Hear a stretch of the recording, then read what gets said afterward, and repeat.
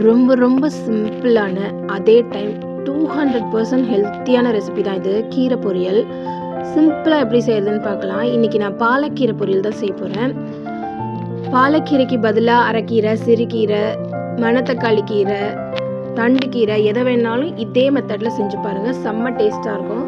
அதுக்கு கீரையை ஃபஸ்ட்டு நல்லா ஆஞ்சு தண்ணியில் கல் உப்பு போட்டு ஊற வச்சுருங்க. 10 மினிட்ஸ் கழித்து வாஷ் பண்ணி அலசி கட் பண்ணி வச்சுக்கோங்க. இப்போ ஒரு பாத்திரத்தில் எண்ணெய் ஊற்றி 3 காஞ்ச மிளகாய், 1 ஸ்பூன் கடலைப்பருப்பு, நீல வாக்கில் நறுக்கின ஒரு பெரிய வெங்காயம் இதெல்லாம் போட்டுட்டு நல்லா வதக்கி விடுங்க. வதங்கினதுக்கு அப்புறமா நம்ம கழுவி கட் பண்ணி வச்சுருக்க கீரையும் அதில் சேர்த்துருங்க. சேர்த்துட்டு நல்லா மிக்ஸ் பண்ணி கொடுத்துருங்க.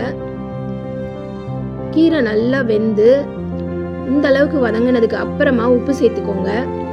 தேவையான அளவு உப்பு போட்டுட்டு நல்லா மிக்ஸ் பண்ணி விட்டுருங்க. அவ்வளோதான். அந்த கீரையில் இருக்க தண்ணியெல்லாம் வற்றிட்டும். நீங்கள் எக்ஸ்ட்ராவாக எந்த தண்ணியும் ஆட் பண்ண தேவையில்லை.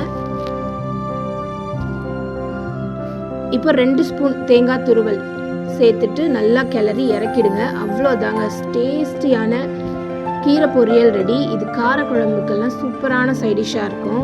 பாலக்கீரையை க்ளீன் பண்ணுறது ரொம்ப ஈஸி. காலையில் நேரத்தில் செய்யணும்னா இந்த பாலக்கீரை ட்ரை பண்ணி பாருங்கள். ரொம்ப ரொம்ப ஹெல்த்தியான ஒரு டிஷ்ஷு. கண்டிப்பாக ட்ரை பண்ணிட்டு எப்படி இருக்குன்னு சொல்லுங்கள். தேங்க்யூ.